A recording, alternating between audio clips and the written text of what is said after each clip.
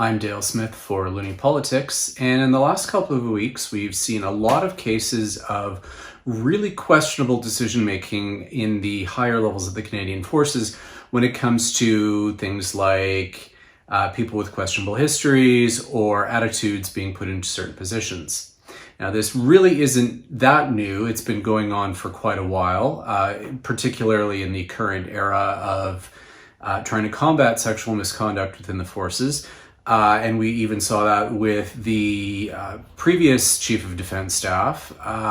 But there's been a lot of talk in the last few weeks about how there seems to be a lack of self-awareness among the forces. But that self-awareness is also lacking within the government. We saw an example this week of where the Prime Minister and the Deputy Prime Minister talking about the toxic culture in the military.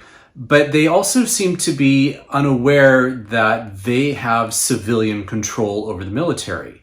And what this means is that in a system like ours, the Minister of Defense is responsible for the military by essentially controlling the Chief of Defense Staff.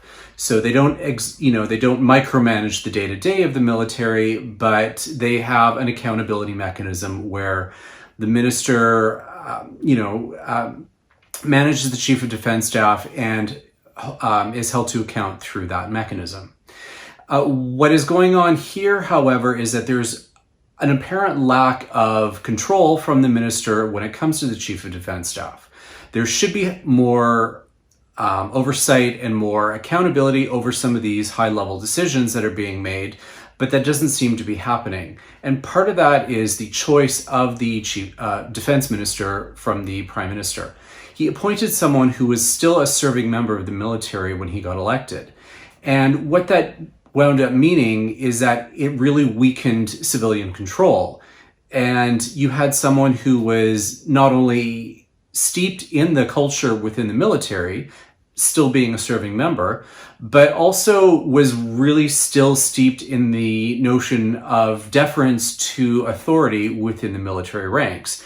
So he's unlikely to question things coming from the top brass and the Chief of Defense Staff because he's been indoctrinated into taking orders from them rather than what he should be doing in civilian control, which is managing those senior members.